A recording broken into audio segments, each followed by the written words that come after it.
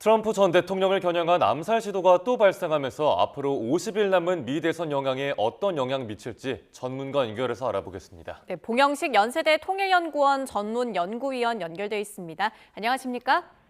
예, 안녕하십니까? 예, 트럼프 전 대통령에 대한 암살 시도 지난 7월에 이어서 2달 만에 또 일어났는데요. 미국 대선에 어떤 영향 미칠 거라고 보십니까?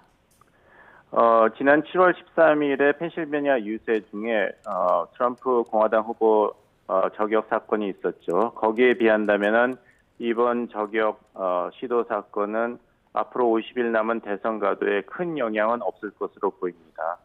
왜냐하면 7월 13일에는 워낙 그 자리에서 굉장히 직접적인 그런 이미지들을 유권자들이 목격을 했는데 이번에는 다행히 그런 피격 시도에 그쳤기 때문에 그리고 양쪽 다 이번 사건이 정치적으로 불리하게 작용하는 것에 대해서 언행을 조심하고 있는 상황이기 때문에 앞으로 대선 가도에는 지난번 피격 사건에 비해서는 그다지 큰 영향이 없을 것으로 보입니다. 네, 트럼프 전 대통령이 자신이 안전하다는 걸 직접 알리면서 절대 굴복하지 않겠다 이런 표현을 썼습니다. 2달 전 피격 사건 때 냈던 것과 같은 메시지인데 그때는 지지층 결집이 이루어졌었잖아요. 이번에도 이루어질 거라고 보십니까? 그렇죠. 하지만 여기서 우리가 기억해야 될 것은 미국 유권자들이 여론조사에서 트럼프라는 정치인 그리고 공화당 대선 후보의 트럼프에 대해서는 더 이상 궁금한 것이 없다, 잘 알고 있다 이렇게 대답하고 있습니다. 그래서 나는 폭력에 굴하지 않는 강력한 지도자다. 그리고 수정헌법 2조가 보장하고 있는 총기 소지의 자유를 위해서 싸우겠다는 메시지는 그다지 신선하거나 새로운 것이 아닙니다. 그래서 이제 트럼프 후보로서는 당연히 이런 식으로 총기 피격 사건에 대해서 대응하는 것은 맞지만 그것이 어떤 새로운 지지층을 공화당 쪽으로 돌린다든지 공화당 지지층을 새롭게 결집하는 효과는 없을 것입니다. 그리고 카말라 해리스 쪽에서도 미국 어디에서도 폭력은 용납되지 않는다는 식으로 대응하고 있기 때문에 이번 사건을 취약 연령 자녀가 있는 부모가 지금 총기 사건 때문에 많이 걱정하고 있는데 그런 민주당 유권자들에게 어필하는 소재로 사용하고 있고 또 카말라 해리스 본인과 또 러닝메이트인 팀 왈스 부통령 후보도 총기를 소지하고 있다. 따라서 수정헌법 2조의 총기 소지의 자유와 총기 피격으로부터의 안전은 둘 다 추구할 수 있는 가치다. 서로 대립되는 것이 아니다. 이런 식으로 대응하고 있습니다. 예, 지금까지 총기 관련 이슈는 미 대선에서 그렇게 크게 부각이 되지 않았었는데 최근 미국에서 총기 난사 사건도 잇따르고 현재 대선 후보 신변에도 위협이 있는 만큼 총기 규제가 대선 이슈로 부각될 가능성도 있겠죠? 하지만 그것을 민주당에서 너무 이슈화를 한다면은 아까 말씀드린 대로 이제 공화당 측에서 반격이 있을 수가 있습니다. 예. 헌법상의 권리인데 총기 소지의 자유는 그것을 민주당이 집권을 하면은 여러분의 이 헌법적 권리를 정부가 마음대로 박탈할 것이다. 이런 식으로 얘기를 하고 있어요. 이번에 총기 피격 사건 이후에 트럼프 측에서 내세운 메시지도 그런 식입니다. 카말라 해리스가 대통령이 되면은 여러분의 총기를 100% 다 뺏어갈 것이다. 이런 식으로 스핀을 걸고 있기 때문에 민주당 측에서는 이것이 너무 지나친 정치 이슈로 부각되는 것은 결코 이롭지 않다는 걸 잘 알고 있습니다. 따라서 미국 어디에서도 폭력은 용납되지 않는다. 그리고 총기 소지의 자유도 잘 관리될 수 있다. 이런 식으로 대응을 하고 있습니다. 네, 그럼 방금 말씀해 주신 그런 총기 소지 관련 부분들이 해리스와 트럼프 두 후보의 선거 운동 메시지에도 좀 영향을 미칠까요? 지금까지 내세운 메시지를 반복하는 데 그칠 것입니다. 이런 총기 소지라든지 그런 총기 폭력은 계속 양쪽에서 강조하겠지만 결과에서 가장 유권자들에게 중요한 이슈는 경제입니다. 그래서 남은 50일 동안에 미국 경제가 어떤 큰 위기를 맞는다면은 그것이 이제 해리스, 왈스 민주당 측에 큰 충격으로 작용할 것이지만 이런 총기 소지에 관해서는 양쪽이 그렇게까지 새롭게 얻거나 잃는 그런 사태는 일어나지 않을 것입니다. 예, 지난 7월 트럼프 전 대통령 피격 사건 때는 경호 문제점이 좀 지적이 됐었는데 이번에는 대처가 좀 빨랐다라는 평가가 나오더라고요. 예, 그렇습니다. 이미 FBI 측에서 암살 시도한 사람의 신원을 파악했죠. 58세 하와이에 거주하는 라이언 웰슬리 루스입니다. 예. 그래서 미국이 우크라이나에 충분히 지원을 주지 않고 있다.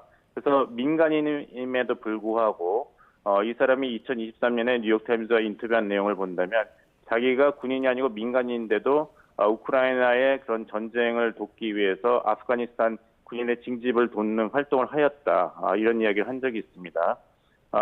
그리고 이 사람이 이렇게 빨리 체포될 수 있었던 것은 목격자가 있었죠. 네. 그래서 검은색 닛산 차를 몰고 도망가는 것을 보고 그 차량의 사진과 차량 번호 사진을 찍어서 경찰에 넘겼기 때문에 이번 체포가 굉장히 빨리 이루어졌습니다. 네, 지금 자막으로도 나가고 있습니다만 용의자의 신원이 하와이 출신의 58세 남성 라이언 웨슬리 루스 정도라고 알려지고 있고 범행 동기는 아직 확인이 되지 않았습니다.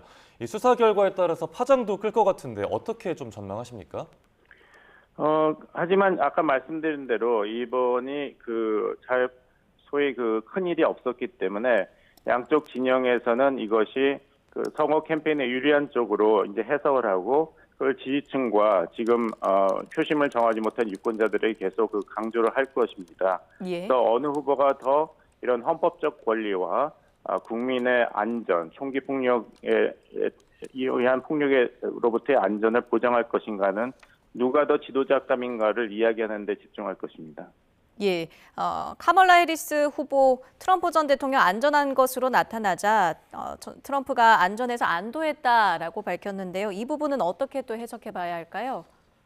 그러니까 이제 트럼프는 내가 당선이 당연시 되기 때문에 저쪽에서는 이런 위법적인 사건이 일어나는 것을 방치하는 식으로 트럼프는 미국 민주주의의 중대한 위협이라는 메시지를 냈기 때문에 내가 자꾸 총을 맞는다. 지난번 대선 후보 토론에서도 그런 얘기를 했지 않습니까? 예. 저쪽에서 나에 대해서 극단적인 이런 표현을 하기 때문에 사람들이 트럼프라는 인물은 내가 제거해야 되겠구나. 이런 식으로 혐오, 발언에 의한 극단적인 행동을 하게 된다고 이야기한 적이 있습니다. 네. 이번에도 그런 식으로 나는 절대 폭력에 굴하지 않을 것이다. 하지만 민주당 측은 나에 대해서 나를 떨어뜨리기 위해서 수단과 방법을 가리지 않고 공세를 벌이고 있다. 이런 식으로 이제 트럼프 측에서 반응하고 있기 때문에 이것을 민주당 측에서 잘 알고 있죠. 그래서 트럼프는 폭력의 희생자가 아니라 미국 내에서의 혐오와 미움, 폭력을 조장하는 정치인이다.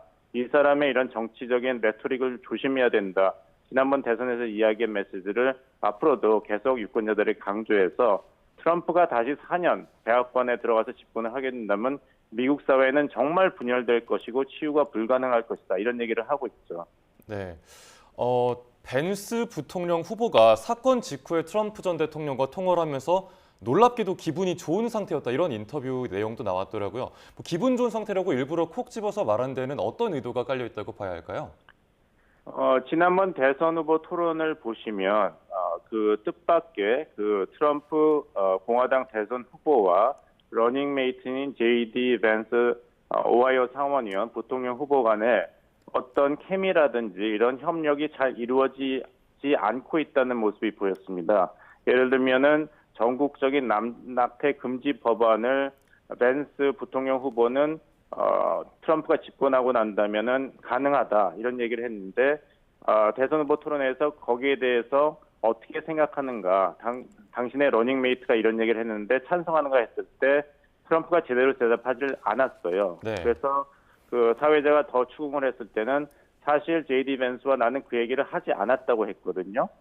그런다면 이제 트럼프 후보로서는 J.D. 벤스 러닝메이트가 도움을 주는 것이 아니라 부담스러운 것이죠. 또 스프링필드 오하이오에서는 하이티 출신 이민자들이 주민들의 개랑 고양이를 잡아먹는다는 얘기를 해서 사회자가 그런 일이 없다고 해서 논란이 됐지 않습니까? 예. 그 정보를 어디서 들었냐 했을 때는 또 트럼프 후보가 J.D. 벤스가 한 얘기를 내가 인용했다 이런 식으로 대응을 했어요. 그렇다면은 나의 당선에 도움을 줘야 될 내 러닝메이트 J.D. 벤스 부통령 후보가 나의 그런 당선을 더 어렵게 한다는 이런 내부적인 그런 고민이랄까요? 우려가 계속될 수가 있습니다. 그래서 앞으로도 이 시청자분들께서 주목하실 것은 트럼프 후보의 당선 가도가 더 유력시 된다면 J.D. 벤스와 나는 잘 지내고 있다 이런 얘기를 트럼프 후보가 계속 소셜미디어에 올릴 것이고 만약 본인의 당선 가능성이 점점 어려워진다고 느낀다면은 나는 잘하고 있는데 J.D. 벤스가 나에게 부담을 주고 있다는 식의 불평이랄까요? 이런 메시지를 트럼프 후보가 계속 올릴 것입니다. 예, 이번 사건을 다시 한번 정리하자면요. 트럼프 전 대통령에 대한 암살 시도가 2달 만에 또 발생을 했고요. 트럼프 전 대통령 현재 안전한 상태고 용의자도 체포된 상황입니다. 최근 TV 토론 이후의 여론조사에서 트럼프 전 대통령 그리고 해리스 부통령 간 격차가 크지 않은 것으로 나타났는데요. 지난 7월 피격 이후 때는 트럼프 전 대통령 지지율이 조금 상승한 모습이었습니다. 이번 사건 계기로 지지율에 또 어떤 변화가 있을 거라고 예상하십니까? 지지율의 변화가 있을 것은 예상이 됩니다만 그 지지율의 변화가 이번 두 번째 트럼프 후보 피습 사건 때문에 영향을 받는다기보다는 지난번 9월 10일 대선 후보 토론을 보고 그동안 마음을 정하지 못했던 유권자들이 어떤 특정 후보에 대해서 지지를 굳히는 영향 때문에 이루어진 것으로 보는 것이 정확할 것입니다. 지난 24년 올해죠. 7월의 여론조사를 보면은 나는 이미 어느 후보를 선택할지 마음을 정했고 어떤 일이 있어도 그것이 바뀌지 않을 것이라고 대답한 유권자가 66%였습니다. 마음이 끌리는 후보가 있지만 변할 수도 있다고 이야기한 사람이 25%였고 아직 누구를 찍을지 결정하지 못했다는 응답자가 9%였습니다. 근데 이건 7월이었기 때문에 그 7월 13일 트럼프 후보 피습 사건과 민주당에서의 대선 후보 교체 이전에 있었던 여론조사입니다. 그래서 약 25% 정도는 카말라 해리스가 민주당의 대선 후보로 새로 등장한 다음에 새로 이 대선에 대해서 주목하고 있는 유권자층으로 봐야 됩니다. 따라서 그 9월 10일 대선 후보 토론 결과를 보고 그동안 잘 알려지지 않았던 카말라 해리스 부통령이 과연 대통령 감인가에 대해서 이 중도층에 있는 마음을 정하지 않은 유권자들이 지금 결심하는 과정입니다. 그래서 앞으로 50일 동안에 이 중도층 마음을 정하지 않은 유권자들의 표심을 어떻게 잡느냐가 카말라 해리스 민주당 후보와 공화당의 도널드 트럼프 후보 간에 누가 승리할지를 결정할 것입니다. 네, 2달 전에 이어서 미 대선을 50일 앞둔 시점에 피격이 또 발생했습니다. 추가 범행 가능성이나 모방 범죄 가능성은 어떻게 보십니까? 그것은 있죠. 이번에 그 라이언 웨슬리 루스가 왜 이런 일을 했는가도 지난 7월 13일 그런 피격 시도를 보고 모방 범죄를 했다. 영어로는 이게 카피캣 신드롬이라고 합니다. 네. 그것이라는 이제 추측이 지금 유력하게 등장하고 있습니다. 그래서 양 후보의 신변 안전을 굉장히 우려하는 목소리가 나오고 있는데 카말라 해리스는 현직 부통령이기 때문에 현직 미국 대통령에 준하는 경호를 받고 있기 때문에 사실상 그 보안에는 문제가 없다고 볼 수 있는데 트럼프 후보는 아직 그 대통령 후보이기 때문에 경호상에 여러 가지 어려움이 있다. 특히 교통량이 많고 노출돼 있는 이런 골프 코스에서 경호가 없다는 얘기를 이번 사건 이후에 경찰이 이제 이야기를 했죠. 만약에 대통령이었으면은 그 골프장을 몇 시간 동안 완전히 폐쇄했을 텐데 그런 경우가 불가능하기 때문에 이런 사건이 일어났다고 이야기했습니다. 이런 피격 사건에 대해서는 이제 앞으로도 위험성이 있지만 계속 이런 사건이 있었기 때문에 양 후보를 위한 보안은 더 아무래도 그 강화가 되겠죠. 예. 후보들에 대한 경호 강화 필요성 목소리도 나오는데요. 지난 7월 총격 피습 이후에 연설대 방탄 유리를 설치하는 모습 보이기도 했습니다. 더 강화된 조치가 필요할까요?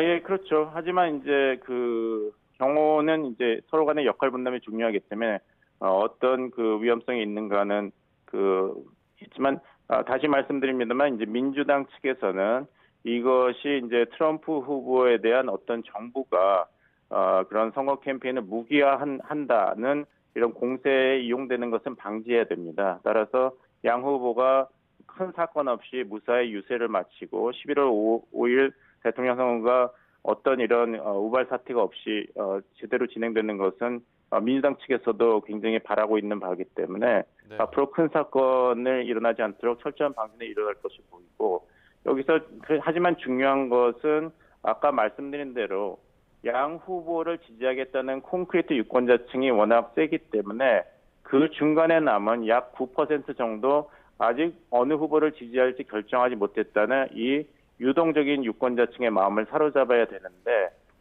트럼프 측에서는 아직 어떤 새로운 소재를 내세우지 못하고 있습니다. 하지만 이제 카말라 해리스 민주당 측에서는 새로운 길로 전진을 하자는 젊은 유권자층에게 어필하는 새로운 캠페인을 벌이고 있기 때문에 카말라 해리스 민주당 측에서는 이 트럼프 후보 총기 피습 사건의 여파를 최소화하면서 젊은 유권자층, 약 30세 미만의 유권자들에게 그동안 8년 동안 익숙한 트럼프 후보를 대통령으로 투표하는 것보다는 새로운 미래를 위해서 나에게 지지를 보내달라는 메시지를 계속 강조할 것입니다. 네. 지지율 관련해서 한 가지 더 여쭤보면 최근에 테일러 스위프트 가수가 누구를 지지할지가 관심사였고 이제 카멀라 해리스 부통령 후보의 지지를 선언을 했습니다. 그런데 스위프트의 지지가 아직까지는 젊은 층의 지지율 상승에 그렇게 큰 영향을 미치지 않는 것으로 보이는데 그 배경은 어떻게 봐야 할까요? 테일러 스위프트가 소셜 미디어에 나는 카말라 해리스 후보를 지지한다.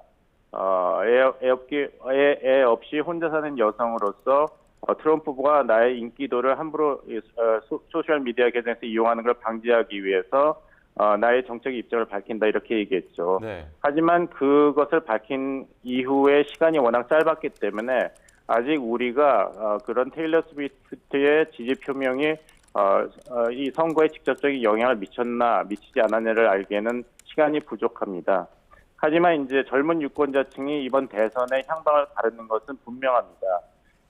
왜냐하면은 이제 등록을 마친 미국의 유권자가 이번 대선에서 약 1억 6,440만으로 추정이 되고 있습니다.